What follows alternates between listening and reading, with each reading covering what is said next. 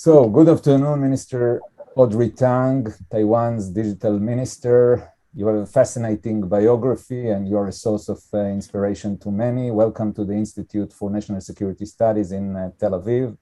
Thank you very much, so much for joining our conference, which deals with national security, truth and trust in the digital age. I'm Itai Brun, the INSS Deputy Director, and I have with me Dr. Tomer Shadmi, who is researching the crossroad between technology, democracy, and human rights. In our conference, we deal with four main topics: Israel's and the tech giants, Israel's what we call war of influence, national security versus transparency, and the democratization of information. I think you can provide us with an interesting perspective on Taiwan's perspective on each of these issues. So we'll start, with your permission, with fake news, with disinformation. It seems, or it is common, that we live in an age of disinformation, of fake news. So what is Taiwan's perspective on disinformation?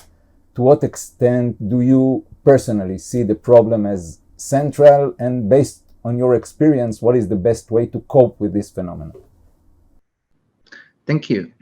Indeed, just as we countered the pandemic with no lockdown so far, we countered the infodemic with no takedowns. Instead of thinking it's a national security versus transparency thing, we tend to think it about the feeling of the national security through transparency. That is to say, I think the root is to make sure that people in basic education and lifelong education enjoy democratized access to media competence education materials. It is not just a traditional literacy-based material which tells people to consume information. Rather, this is about an active civil society that fact-checks the presidential candidates in real time as they debate, that demands radical transparency on campaign donation and financing, that just forwarded any disinformation to Trend Micro, our leading cybersecurity vendor, or Kofax, a civil society project doing the same thing that the spam house is doing for flagging incoming email as spam. And with that, we have a collaborative dashboard that let us see which viral disinformation strains are in existence. And within a couple hours, we counter it with very funny memes in a tactic called humor over rumor. Is it based on monitoring social network? Yeah, and you don't see any problem from perspective of privacy, of civic freedom, that the government doing monitoring on social network? But it's not the government. It's the antivirus company, as well as the civil society and the professional journalists in the international fact-checking network. This is exactly the same as people flagging incoming email as spam. Email, of course, is private communication, but when a spammer sends to millions of people the same message of scam or whatever, it ceases to be private communication as soon as you flag something as spam and donate its fingerprint, so to speak, to the spam house. So the next incoming email unsolicited lands in some other people's junk mailbox rather than their inbox. And this approach of humor, does it work? And how do you measure success? We measure success by measuring the basic reproduction rate, or the R value, of the disinformation, the conspiracy theories. For example, panic buying of medical masks, conspiracy theory about mask use and things like that, versus the humorous portrayal of a cute dog putting hand to its mouth saying a mask protects oneself from one's own unwashed hands. It's very easy with the social media self-participating tools to measure the R value of our clarification messages vis-a-vis the disinformation and the conspiracy theories. And you have also a very interesting social network that help you to doing decision and civic participation in decision of the government. Can you tell us more about it? Definitely. Tens of millions of people in Taiwan, a country of 23 million people, participate in the joined the GOV, the TW network, which combines participatory budgeting, regulatory commentary, accountability like auditing and writing to ministers, as well as citizen initiatives and e-petitioning. And so this is an all-in-one portal for online engagement on the municipal and the central government level. And indeed, more than 1/4 of successful citizen initiatives were proposed by people younger than 18. So obviously part of their civics education, even before they gain the age of voting, right? So the idea here is to make sure that it's everyone's business with everyone's contribution, because once people listened to 5,000 or so counter signatures, various different feelings, and resonated with them, it formed a kind of biodiversity in the ideological space. People become immune, vaccinated against the virus of the mind. That's the one-sided bias, straw man thinking and things like that, but rather can actually see things from various perspectives because, well, they have participated in the policymaking. And who is operating these platforms? The Taiwan's largest pro-social media, the PTT, is subsidized entirely by the Taiwan Academic Network. That is to say, operated by college students as their pet project for 25 years now. It's entirely open source under GPLv3, and the source code is on GitHub, and it's collaboratively governed. That is to say, it serves no shareholders and no advertisers, but rather serves as an important digital public infrastructure. And the government is not involved with this? Well, the PTT, of course, operates independent from the government state apparatus, but its funding is entirely subsidized by the academic funding. So this is exactly the same principle as setting up our national academy, setting up town squares operated by local colleges or community colleges and so on. It is the protection of academic freedom of expression, but subsidized with taxpayer money.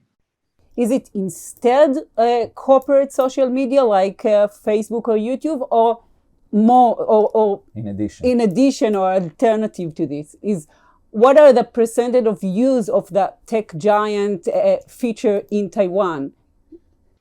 I think, well, there's more Facebook accounts and social media accounts in general than population. So a lot of people use Facebook and so on. But I think the difference here is that people see the purpose of a deliberative democratic conversation happening on, say, the joint platform operated and facilitated by professional public service, on PTT facilitated by the social sector and so on. And they go to Facebook to share, I don't know, cat pictures or something. So the idea is that it's like the entertainment sector, the nightclub or something. So Facebook is like a smoke-filled lounge of nightclub, very loud dance music. You have to shout to get heard, private bouncers, intoxicating drinks, and so on. And with all due respect, I mean, there is a place for the entertainment sector in the city. It's just if you try to hold a town hall discussion there, you're guaranteed to get pretty bad results. And that's not because the citizens are antisocial. It's the space is not conductive for democratic conversations. And what about privacy, specifically with these platforms, and more generally, your perspective, your concept of privacy in Taiwan? And Taiwan uses some tools in dealing with COVID-19 that relate to privacy. Can you tell us more about it also? Okay, sure. So, but that's two different questions. I'll answer one by one. Okay. So for the first question, both the joint platform and the PTT use authentication that are pseudonymous, either via an SMS or paying via credit card for $1,000.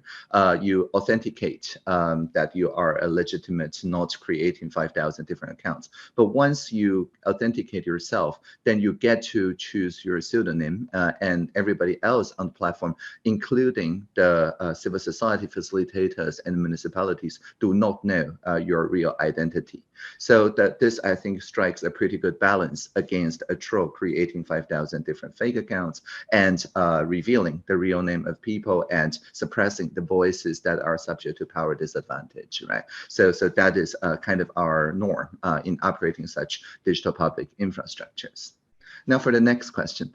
Indeed, in Taiwan, we extensively use contact tracing based on telecommunication carriers collaboration, so that, for example, when you enter a venue, more often than not, you'll be asked to use your phone's built-in camera, no app in download required, to scan a QR code, which turns into an SMS that's sent to the toll-free number 1922. It all takes just a couple of seconds without even unlocking your phone. Just point to a QR code and click send. And the result is that it doesn't go to any multinational corporation. It doesn't even go to the government, either central or municipal. It goes to your telecommunication carrier, which rotates it, deletes it after 28 days of retaining this random code information. And only when authorized contact tracers find somebody that's confirmed with COVID, can they get the SMS record and reconstruct the contact tracing history. So out of 250 million SMS sent